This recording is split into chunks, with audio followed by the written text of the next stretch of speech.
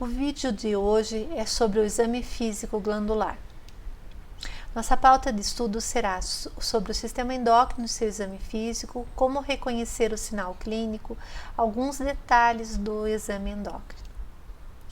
Além de todos os passos que realizamos para avaliação do exame físico geral, consciência, face, biotipo, marcha, atitude, postura, verificação dos dados vitais, a presença de síndromes que arremetem a alguma doença, avaliação de nutrição e hidratação, não espere que o paciente venha consultar com uma queixa específica.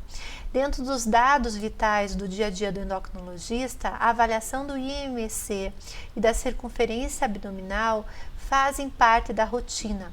É necessário avaliar o índice de massa corpórea, essa cintura abdominal, na primeira consulta e periodicamente nesses pacientes.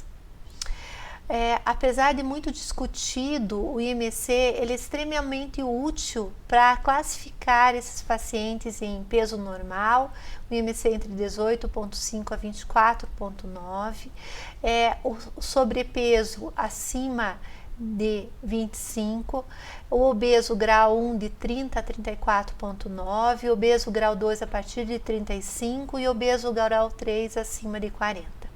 É importante lembrar que algumas populações, como os asiáticos, eles vão ter um corte para IMC um pouco diferente da população em geral.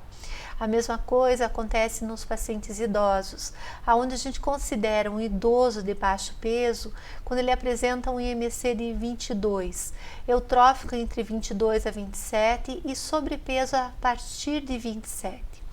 É importante lembrar que nas crianças, para cálculo de IMC, eu preciso utilizar algumas tabelas para colocação no gráfico e avaliação desse IMC.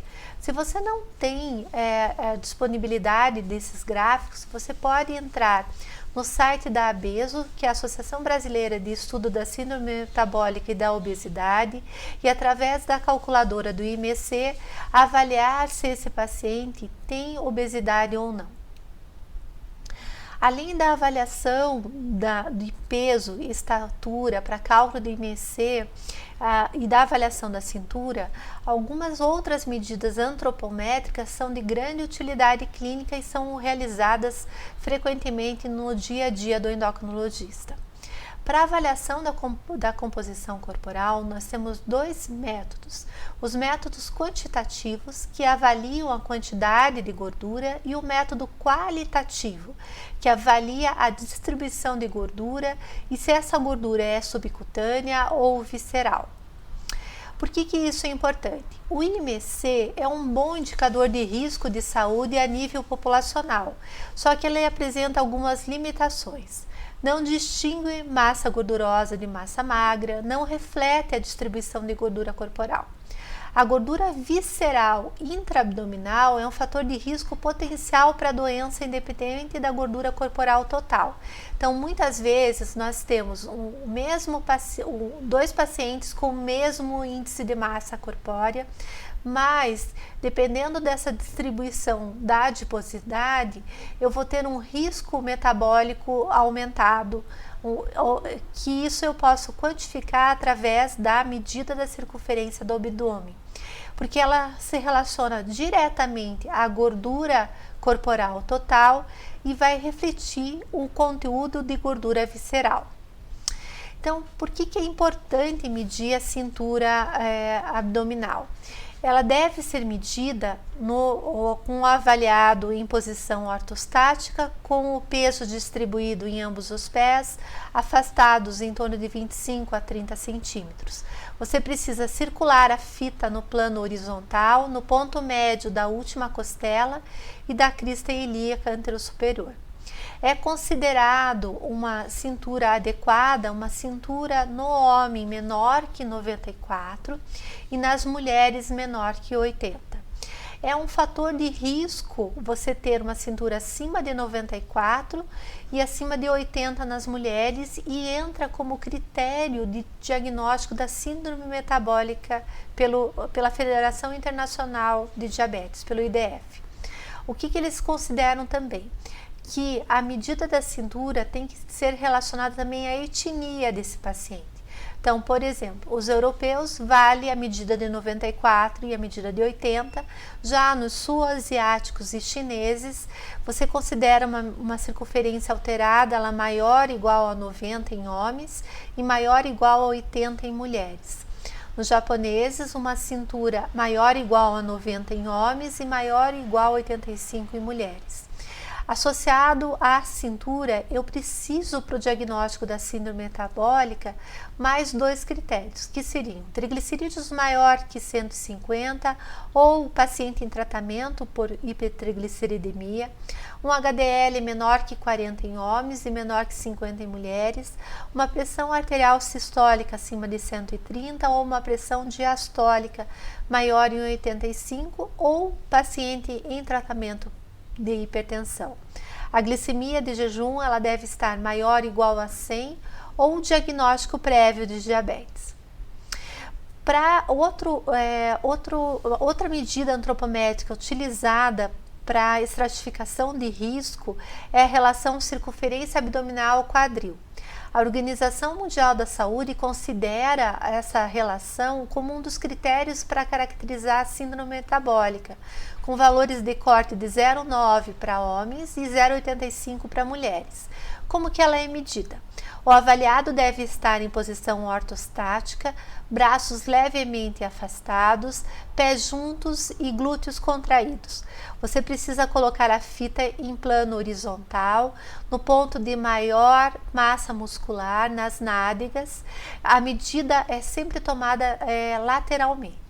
Então, o ponto de corte para a obesidade central para mulheres é entre 0,8 a 0,85 e para homens entre 1 a 0,95. Uma outra dica prática no dia a dia é que você deve aconselhar seus pacientes adultos, que eles mantenham a circunferência da cintura inferior à metade da sua altura e que quanto maior a medida da circunferência abdominal, além do valor da metade da altura, maior é o risco de doenças cardiovasculares, diabetes tipo 2 e mortalidade por todas as causas. O valor normal da relação cintura-estatura é menor do que 0,5. É um dado publicado nas diretrizes para tratamento de obesidade da ABESO. A massa de gordura e a sua distribuição ela pode ser aferida através da medição das pregas de espessura cutânea, através da bioimpedância, ultrassonografia, tomografia computadorizada, ressonância magnética e densidade corporal por aparelho de densitometria óssea. Como padrão de ouro para a medida de gordura, nós temos a tomografia, mas é um método pouco utilizado devido ao uso do contraste. No dia a dia, a gente acaba usando a densidade corporal total e a bioimpedância para avaliação da gordura corporal e distribuição dessa gordura. Por que é tão importante estratificar se esse paciente está num peso aumentado ou não e das outras medidas para você tentar avaliar se tem uma alteração da distribuição de gordura corporal? Porque você tem que ficar atento que o excesso de gordura corporal pode agravar ou acelerar o desenvolvimento de mais de 220 problemas de saúde, envolvendo qualquer órgão, sistema ou especialidade médica. Na questão ortopédica, a imobilidade, ela pode causar dor crônica lombar, doença degenerativa articular, osteoartrite, gota. Em relação à oncologia, ocorre maior predominância de câncer de mama relacionado à obesidade, câncer de mama, câncer de pâncreas, endométrio, câncer de ovário, câncer de colo. Está relacionada também a diabetes tipo 2, anormalidades menstruais, a síndrome do ovário policístico, a incontinência urinária, a esteatose a esteatose hepática, a pancreatite, a colicistite. A nível do sistema nervoso central, nós temos desordens do apetite, diminuição de libido, a presença da síndrome do túnel do carpo. Além dessas medidas, cintura, IMC, relação cintura-quadril, é importante a gente lembrar também da verificação do perímetro da circunferência cervical, que eu posso ajustar a outros fatores de risco para a apneia do sono. Então, eu vou medir essa cintura em plano horizontal, o paciente sentado ou em pé. A fita deve estar na menor circunferência do pescoço, logo acima da proeminência laringeia, e junto com alguns outros fatores agravantes, por exemplo, presença de hipertensão, ronco habitual, sufocamento na maior parte das noites, eu vou estratificar esse paciente. Se ele tiver um valor acima de 48, eu vou solicitar a polissonografia, pensando na apneia do sono. Então, esse perímetro de circunferência cervical ajustada, ele prediz o risco da síndrome da apneia obstrutiva do sono pela medida da circunferência cervical na altura da cartilagem cricotireoidiana, sempre ajustada para os fatores de risco. Então, é mais um dado simples de ser pego com a fita métrica. Outro dado que também auxilia o dia a dia é a medida da circunferência da panturrilha. A gente sabe que uma circunferência da panturrilha menor que 31 é uma medida antropométrica mais sensível na avaliação de massa muscular nos idosos. Ela tem uma correlação direta com diminuição de equilíbrio, diminuição do desempenho físico e risco de desnutrição. No Rio Grande do Sul, na cidade de Pelotas, foi feito um estudo do Como Vai, que na verdade foi um consórcio orientado de mestrado para a valorização da atenção do idoso. E eles definiram a circunferência da panturrilha menor que 34 no homem e menor que 33 na mulher como medidas mais acuradas para identificar idosos com baixa massa muscular. Além disso, a gente pode, no consultório, através da medida do dinamômetro, da força de preensão palmar, avaliar se esse paciente tem esse critério para a sarcopenia. O que a gente sabe? Que a perda da força de preensão palmar se correlaciona diretamente a maior tempo de internação hospitalar, a limitações funcionais, a má qualidade de vida relacionada à saúde e morte. O grupo de estudo da sarcopenia na população idosa 2, na avaliação de força muscular, eles adotam como ponto de corte a força de preensão palmar menor que 27 para homens e menor que 16 para mulheres no diagnóstico da sarcopenia. Alguns estudos anteriores de 2001 e até mesmo um brasileiro de 2014, o SAB, eles correlacionaram força de pressão palmar com o índice de massa corpórea na avaliação de sarcopenia. Então, dependendo de cada índice de massa corpórea, você teria uma força de pressão palmar que está alterada para o índice corpóreo. Também é um dos critérios que pode ser utilizados. Vou fazer um parênteses dentro do exame físico, até para vocês entenderem como que a gente faz o diagnóstico de sarcopenia no dia a dia do consultório. Eu preciso caracterizar se esse paciente tem realmente uma diminuição da massa muscular. Então, a circunferência de panturrilha é um indício, mas eu preciso quantificar com métodos de imagem. Então, aqui eu vou utilizar a avaliação por aparelho de densidade óssea, que é a avaliação da massa appendicular, ou através de bioimpedância, para você ter uma ideia de quanto que é a massa muscular desse paciente. Vou fazer a avaliação, então eu preciso ter o critério 1, que é a avaliação que esse paciente realmente tem uma diminuição da massa muscular, e eu preciso ter mais um dos 3 critérios: diminuição da força muscular, que é avaliada através do dinamômetro, ou diminuição do desempenho físico desse paciente, que é feito através de provas de atividade. o que a gente leva em conta? Então, eu posso usar na entrevista o questionário da sarcopenia, que é o SARCOF, para avaliar se esse paciente está com uma boa atividade física no dia a dia. Associado a isso, eu posso usar a avaliação do dinamômetro com a força de preensão palmar menor que 27 para homens e menor que 16 para mulheres como critério. Mas eu posso fazer alguns testes de levantar da cadeira, então isso já ajuda bastante a gente saber se esse paciente está sarcopênico. Se ele consegue levantar ou ele demora mais que 15 segundos para 5 subidas, sem apoio de mão para conseguir levantar. Isso já é um critério de diagnóstico de sarcopenia. Posso usar a imagem para avaliar a massa muscular e esquelética pendicular, fazer um índice, quando eu tenho essa massa muscular e esquelética pendicular, dividir para a altura ao quadrado, e esse índice, ele também tem pontos de corte para homem e mulher. Posso fazer o teste da caminhada em avaliação de 10 metros, qual é a velocidade de marcha desse paciente. Posso usar questionários específicos de avaliação de equilíbrio, de força muscular, o teste da cadeira, o teste da caminhada, que eu faço pontuações e uma pontuação menor que 8, ele é relacionado à sarcopenia. Se o paciente não consegue fazer um teste de caminhada de 400 metros, ou ele não conclui o teste, ou leva acima de 6 minutos para a conclusão, são critérios para a sarcopenia.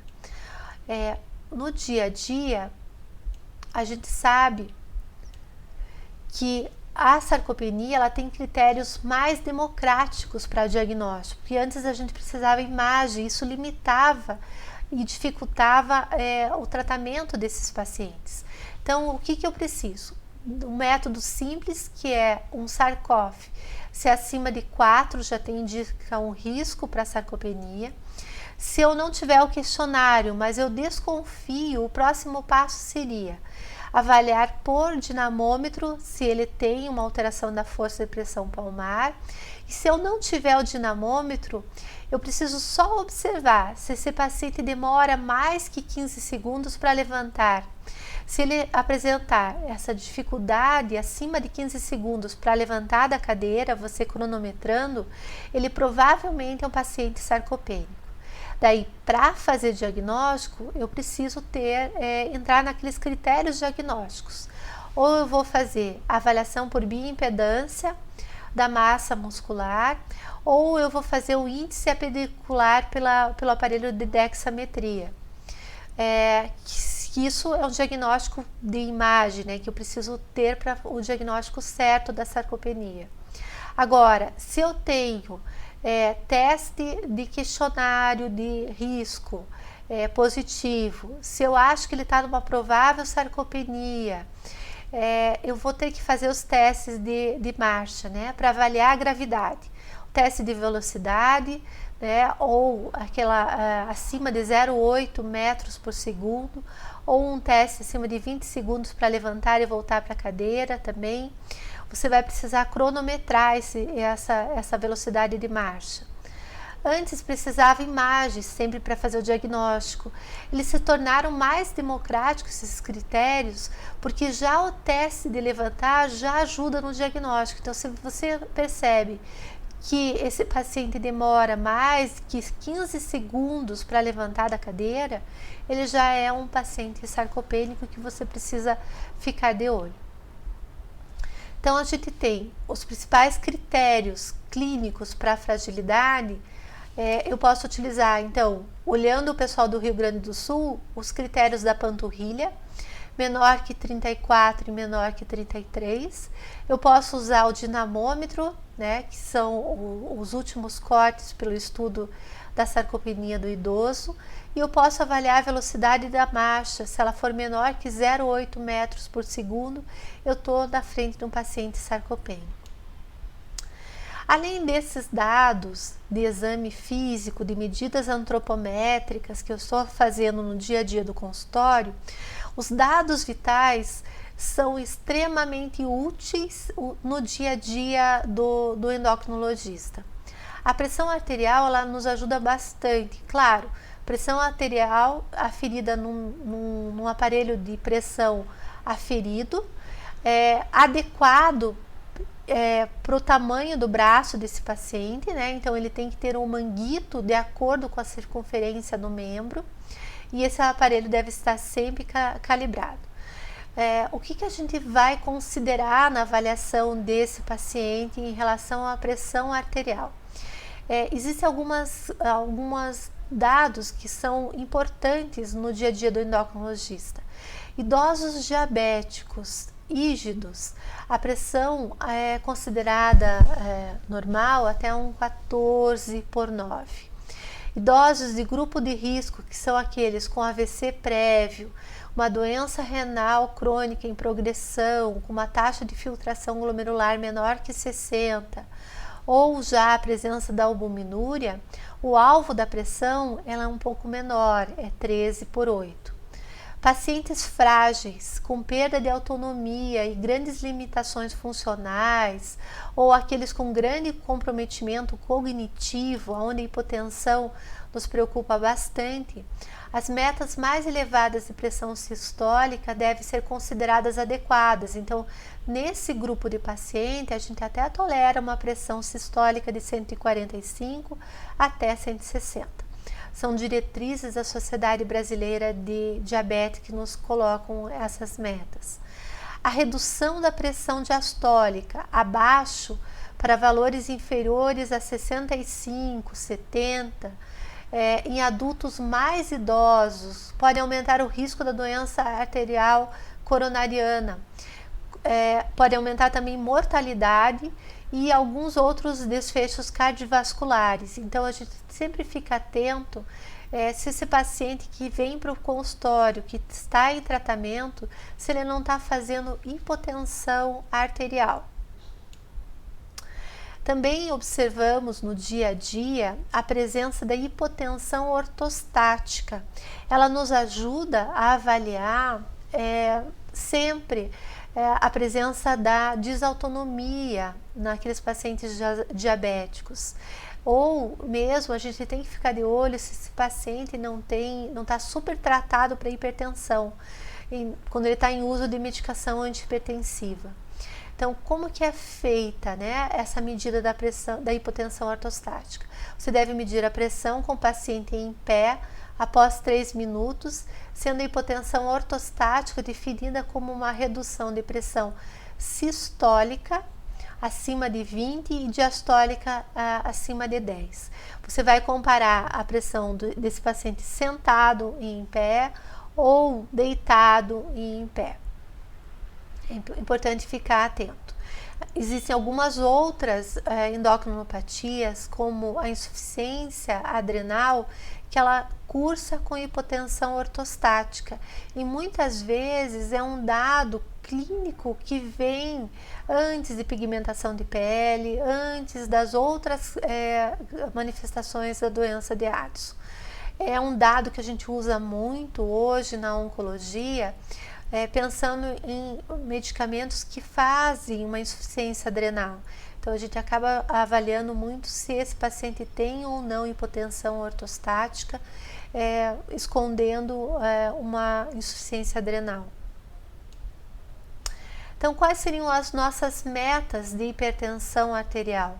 Se a gente estratificar por idade, a gente vai ver que a pressão arterial diastólica, ela sempre vai ficar, independente do paciente que eu estou avaliando, acima de 80 e acima de 70. Então, a gente evita a pressão diastólica menor que 65, 60 nesse grupo, em qualquer faixa etária, pelo risco da hipotensão arterial. Se esse paciente ele é um paciente mais idoso, nós temos que ver que a meta de 140 a 130 ela é tolerada na hipertensão.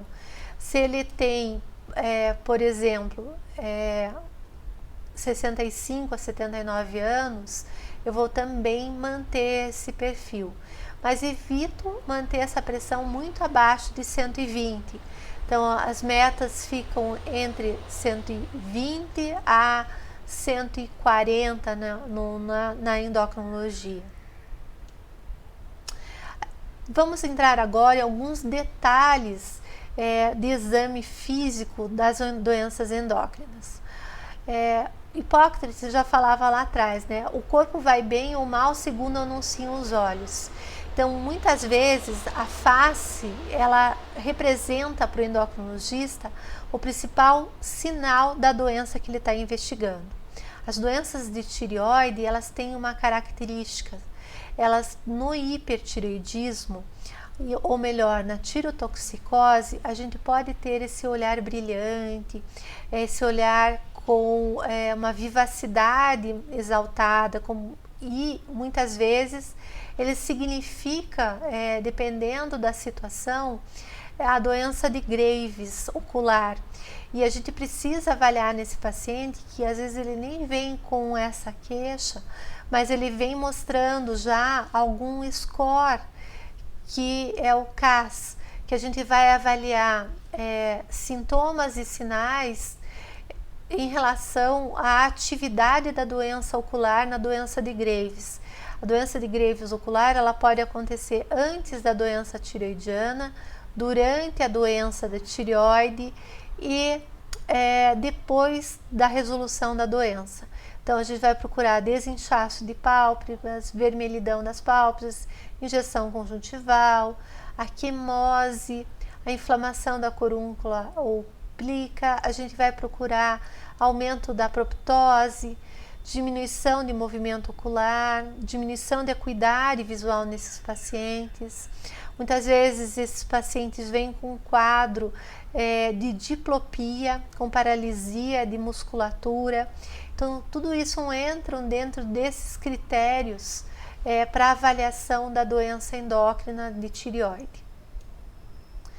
A gente sabe também que a proximidade da hipófise com o quiasma óptico pode fazer com que os pacientes que apresentem tumores hipofisários venham a ter uma compressão do quiasma, com perda da visão lateral. Eles fazem uma hemianopsia bitemporal. Eu posso também ter ocasionalmente compressão do terceiro, quarto e sexto par craniano. Então, eu posso ter alteração do abducente, eu posso ter no terceiro e quarto par, terceiro par, eu posso ter aptose palpebral, o desvio conjugado. No quarto par, eu posso ter também o sinal Bischoff, que é a paralisia do oblíquo superior esquerdo, que o paciente fica levemente com o pescoço inclinado para não ficar com diplopia. A face também chama atenção quando a gente está avaliando o olhar desse paciente para uma outra doença com alta mortalidade, que é a hipercolesterolemia familiar heterozigótica. Comum em famílias, e que a gente tem uma mutação do receptor do LDL colesterol. Então, são pacientes que vêm para a gente com um nível de LDL colesterol extremamente alto. Então, geralmente, quando esse nível de LDL colesterol é acima de 160, você já tem que ficar de olho se esse paciente tem algumas outras manifestações. Por exemplo, a presença do arco senil em jovem. Então, a gente geralmente vê no paciente idoso, mas aqui eu tenho um depósito na criança. Então, isso chama atenção. A presença dos xantomas, tanto em região de tendão de Aquiles, como também em mãos, que falam a favor e são critérios de diagnóstico para hipercolesterolemia. Tanto os xantomas tendinosos como o arco corneano em idade menor que 45 anos. Geralmente esses pacientes têm uma história familiar de parentes de primeiro grau portador de doença vascular coronariana prematura, então familiar de primeiro grau que infartou com menos de 55 anos ou mulheres menor que 60 anos. parentes adultos de primeiro ou segundo grau com colesterol total acima de 290, parentes de primeiro grau portadores de xantoma tendinoso ou arco corneano, ou parentes de primeiro grau menores de 16 anos com colesterol total acima de 260. Associados a isso, muitas vezes esse paciente já apresenta na história clínica portador de doença coronariana prematura, né? Homens menor que 55 anos e mulheres menor que 60, paciente de doença arterial cerebral ou periférica prematura, homens menor que 55 anos e mulher menor que 60 anos. Para diagnóstico de certeza, eu vou pontuar, eu vou fazer a pontuação nesses critérios diagnósticos, história da hipercolesterolemia familiar. A certeza seriam acima de 8 pontos no questionário, ou provável entre 6 a 8 pontos. Possível de 3 a 5. Claro, eu posso fazer análise do DNA, mas a clínica já me ajuda bastante no diagnóstico dessas famílias. Hoje é predito que toda criança acima de 10 anos deve ter seu perfil lipídico dosado, e crianças com fatores familiares e doenças endócrinas a partir de 2 anos, que você faz o rastreamento, né? No mundo hoje estima-se que existam 10 milhões de indivíduos portadores da hipercolesterolemia familiar.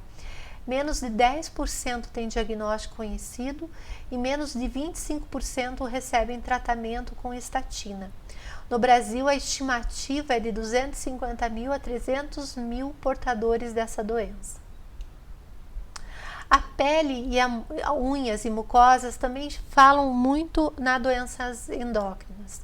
A presença da acantose nigrans em regiões de prega, em pescoço, em região axilar, periumbilical, região inguinal, é um indício de resistência insulínica, e às vezes o paciente já traz para nós, no exame físico você já percebe. A presença do skin tags ou os acrocórdons, que também estão relacionados à resistência insulínica, mas podem ser encontrados, por exemplo, na acromegalia. Aquele paciente que vem com a pele seca, descamativa, já chama atenção para as doenças endócrinas, tanto para o hipotireoidismo como para o diabetes. A presença de desnutrição, muitas vezes no paciente bariátrico, aquela unha incoloiníquea, que é uma deficiência de ferro, que você precisa ficar atento. Pacientes que apresentam mixedema pré-tibial, que é aquela pele em casca de laranja, que é comum na doença de Graves, né? Então a gente pode ter essa manifestação e chama atenção. Eu posso ter também pigmentação de mucosas, né, de língua, de gengiva, de dobras cutâneas, que fazem lembrar a doença de Addison. Então, é um diagnóstico clínico e laboratorial. Então, você vai fazer a dosagem do cortisol basal para fazer o diagnóstico. Um cortisol basal acima de 18 exclui insuficiência suprarrenal. Um cortisol menor ou igual a 3, ele é diagnóstico de insuficiência adrenal. E aqueles que ficam intermediários entre 3 e 11, você vai levar para um teste de cortrosina, né, com a CTH sintético. Sugiro que vocês deem uma olhada na ABA, que é a Associação Brasileira Addisoniana. Eles têm um site, eles distribuem o kit para paciente com insuficiência adrenal. É bem interessante, tem vários relatos, deem uma olhada. Pelos também pode ser uma manifestação das doenças endócrinas, né? Então, se a gente for olhar a questão do hirsutismo, ele está presente em 75 a 85% das pacientes com síndrome do ovário policístico. Eu geralmente vou ter nessas situações aumento do pelo terminal em áreas andrógenos dependentes. Então, a gente faz a quantificação da pelificação, o que é um pelo normal, o que é um pelo alterado, através da escala de Ferriman, aonde que você vai saber assim que Depende da raça, você vai ter um cutoff diferente. Então, geralmente em caucasianos, você considera ele alterado, um cutoff acima de 4 a 6, em asiáticos maior que 2. E você vai observar pelificação mentoniana em região perioral, em região de mamilos, em região intermamária, em região abdominal.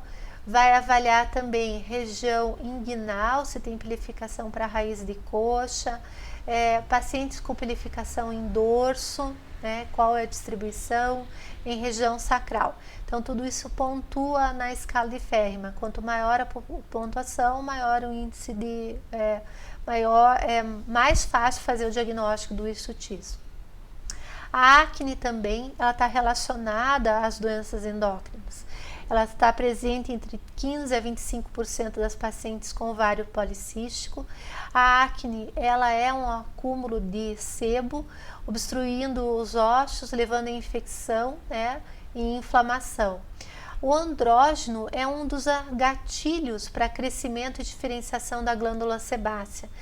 O andrógeno age tanto na acne como na pelificação, então a gente pode ter manifestação das doenças através dessa alteração. A alopecia androgenética é um afilamento progressivo do cabelo, dependendo do andrógeno, aumenta a troca do pelo terminal por pelo viloso, faz uma perda moderada da unidade pilosebácea com uma inflamação. Então, eu posso ter o padrão feminino da alopecia androgenética e ela também é classificada. O padrão masculino da virilização também, eu tenho queda do pelo terminal, mas eu preciso ficar atento sempre que eu estou avaliando uma alopécia, se eu tenho sinais de virilização. Que seriam isso? A presença da clitoromegalia, aumento da massa muscular, atrofia mamária, alteração da tonalidade de voz, alopecia androgenética padrão masculino, então ela pode apresentar, tumores produtores de andrógeno, geralmente o nível de testosterona é acima de 200 nanogramas por dl. Geralmente, quando a gente quer diferenciar se esse tumor produtor de testosterona é de origem adrenal ou ovariana, o sulfato de DEA ajuda bastante, porque o sulfato de DEA é característico da adrenal, então nessas situações de tumores adrenais ele está mais aumentado. E é importante a gente ficar atento que essa presença da acne, da alopécia, hoje com a virilização do uso de andrógenos na menina, é cada vez mais comum a gente observar pacientes que estão em reposição de testosterona fazendo sinais de virilização, com clitoromegalia, alteração de voz. Isso não reverte, é permanente. Outro dado importante na avaliação endocrinológica é lembrar que no paciente que usa insulina, eu posso ter alterações relacionadas à aplicação por falta de rodízio do local de aplicação da insulina. As agulhas de insulina evoluíram bastante nesses últimos 100 anos e hoje nós temos as agulhas de 4 milímetros que elas servem justamente para subcutâneo, independente do peso corporal desse paciente. Quando eu tenho agulhas de 8 milímetros, eu tenho que fazer a prega para aplicar essa insulina. E quando elas são maiores que 8 milímetros, além da prega, eu tenho que fazer a inclinação para aplicar subcutâneo. Por que é importante fazer rodízio na hora de aplicação da insulina? Se eu não faço, eu posso fazer uma lipohipertrofia na região da picada. Isso faz com que aquela insulina que precisa ser absorvida pelo aquele tecido celular subcutâneo, ela tenha um modo errado de absorção. Então, esse estudo que foi feito na Itália, eles viram que quando eles ensinavam o paciente a fazer rodízio no local de aplicação, após 3 meses, já ocorria uma redução da hemoglobina glicada em quase 0,6%. Então, isso é importante porque 49% desses pacientes tinham lipohipertrofia. Então isso é um dado que a gente tem que ficar muito atento, independente de onde você esteja. Se o paciente usa insulina, você tem que avaliar a pele à procura dessas hipertrofia. A tireoide, às vezes, ela já vem como sinal que você, na inspeção desse paciente, você já percebe um aumento de volume. Mas muitas vezes você precisa fazer a palpação da glândula e na palpação você pode encontrar nódulos e pode encontrar o bócio. O bócio é considerado bócio todo o aumento do volume da glândula. Então, um volume normal até 20 gramas, geralmente no bócio são volumes acima de 20 gramas ou 2 vezes o valor normal. Então, ele me dá um valor preditivo positivo para diagnóstico de bócio quando eu encontro uma glândula aumentada em 2 vezes o valor normal de 13%. O que a gente precisa avaliar na palpação da tireoide? Então, muitas vezes a glândula é pequena, não chama atenção, às vezes só na inspeção você já observa que tem um nódulo, que ela já é um bócio, mas você precisa estar posicionado atrás desse paciente. Você vai palpar o lado direito, depois o lado esquerdo e o istmo. Você pode pedir para esse paciente deglutir. Então, quando você faz a deglutição, a glândula ela sobe, você consegue palpá-la. É importante sempre avaliar o bordo inferior da tireoide, para ver se ele está na parte interna do tórax, se é um bócio mergulhante ou não. Se você não consegue encontrar o bordo inferior da glândula que você está avaliando, você pode pedir para o paciente levantar o braço, à procura do sinal de Pemberton. O que é isso? Quando esse paciente eleva os braços, ele vai ter uma sensação de pressão no pescoço e você vai ter uma cianose nos bócios de grande volume. E é um dado também importante essa avaliação do sinal de Pemberton naqueles pacientes que você está no consultório acompanhando por bócio. Se ele refere, quando ele levanta o braço, que ele sente uma pressão, você sabe que provavelmente esse bócio está crescendo. Geralmente o crescimento esperado em um ano num paciente com bócio é 10% do volume. Então isso é considerado um volume de crescimento normal num bócio. O que a gente precisa também estar de olho no sistema endócrino, na avaliação desse paciente no exame físico. Se a gente for olhar as manifestações, o DCCT foi o trabalho que avaliou os pacientes diabéticos tipo 1 em corte e ele trouxe para nós algumas informações bem interessantes. As manifestações reumatológicas em 1.217 pacientes acompanhados com média de 31 anos de diabetes estavam presentes em 66% dessa população. Então é extremamente comum você encontrar alteração reumatológica nesses pacientes. As manifestações mais comuns nessa população: a contratura de Dupuytren, a síndrome do túnel do carpo, a capsulite adesiva, a tenossinovite do flexor e o sinal da prece positivo. Então vamos lá. A queroartropatia diabética, a síndrome das mãos rígidas, é uma deformidade e inflexão dos dedos da mão por espessamento da pele e do tecido conjuntivo periarticular e da fáscia palmar, provocando limitação da extensão das articulações metacarpofalangianas e interfalangianas proximais e distais. A contratura de Dupuytren, ela é uma proliferação da fáscia palmar com aderência da pele aos tendões flexores, então, principalmente do 4º e do 5º dedo. Então, esse paciente ele vai apresentar o tendão, você vai conseguir ver esse tendão. Dedos em gatilho, também uma tenossinovite, estonodizante do flexor do dedo médio, você faz o aprisionamento do tendão. Prejudica então a extensão ativa do dedo. A extensão, quando acontece, ela é de forma abrupta ao fazer passivamente a extensão, você sente o gatilho. A síndrome do túnel do carpo Ela faz a compressão do nervo mediano junto à face do punho, provocando distúrbios sensitivos no primeiro, segundo e terceiro quirodátilo, que é o território da inervação do mediano, e você pode ter atrofia também dessa região.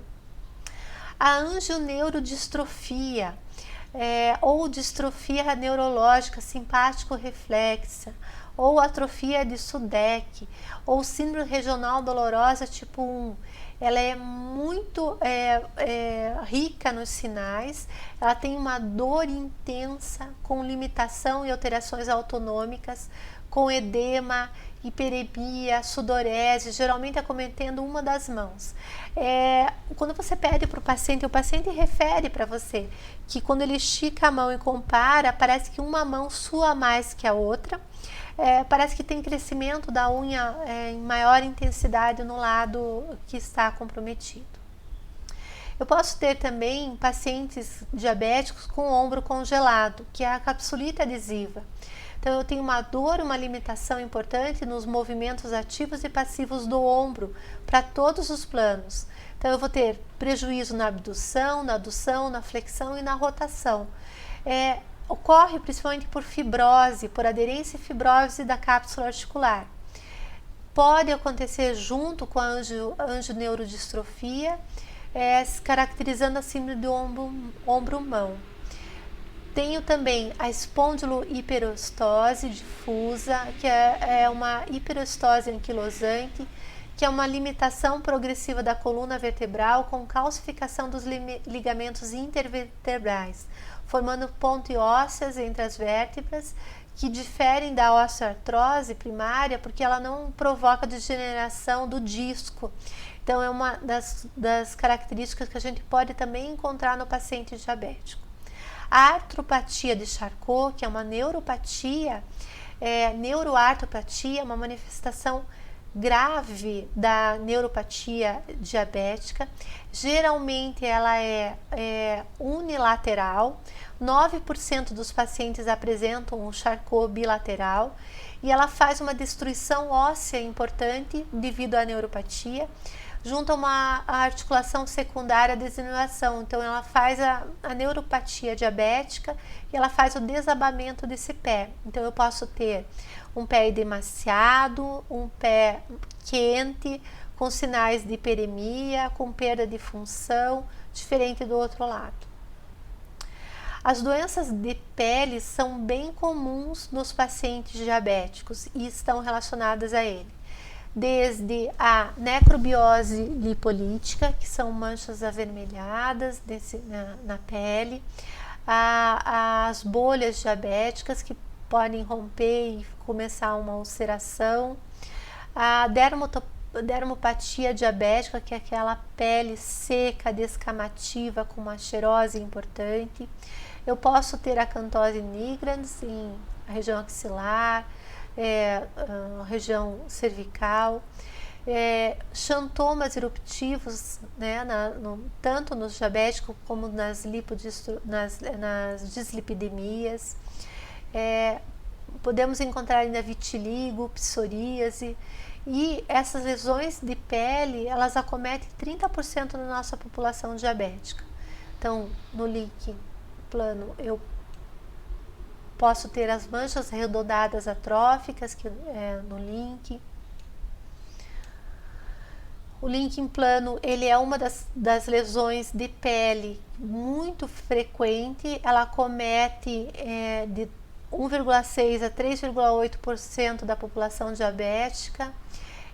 Tem etiologia autoimune. É uma lesão que se apresenta como pápulas violáceas, principalmente em cotovelos, punhos, terços inferiores da perna e região lombar.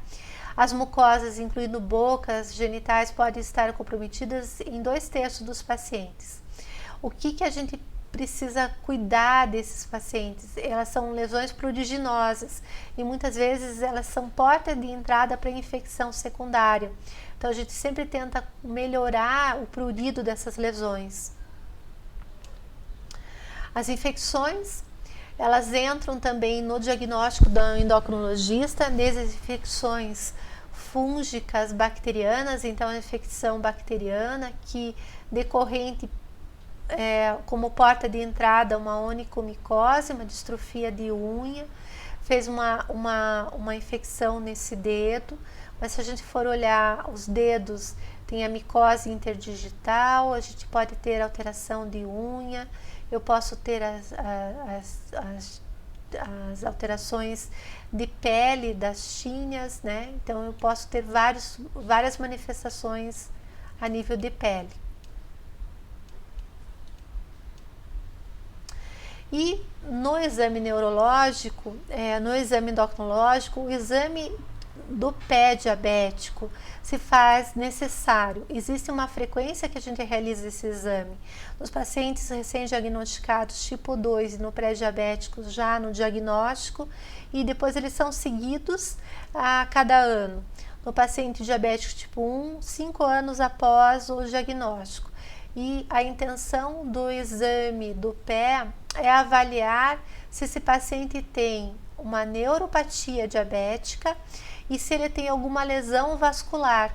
Então a gente precisa avaliar através da avaliação de pulsos tibial posterior e o pedioso, se esse paciente tem pulso palpável ou não, avaliação do índice tornozelo-braquial através do Doppler manual, para avaliar se ele tem uma diferença da pressão sistólica do tornozelo em relação à pressão sistólica braquial.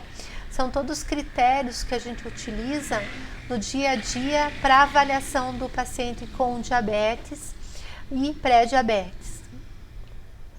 Por hoje é só, pessoal.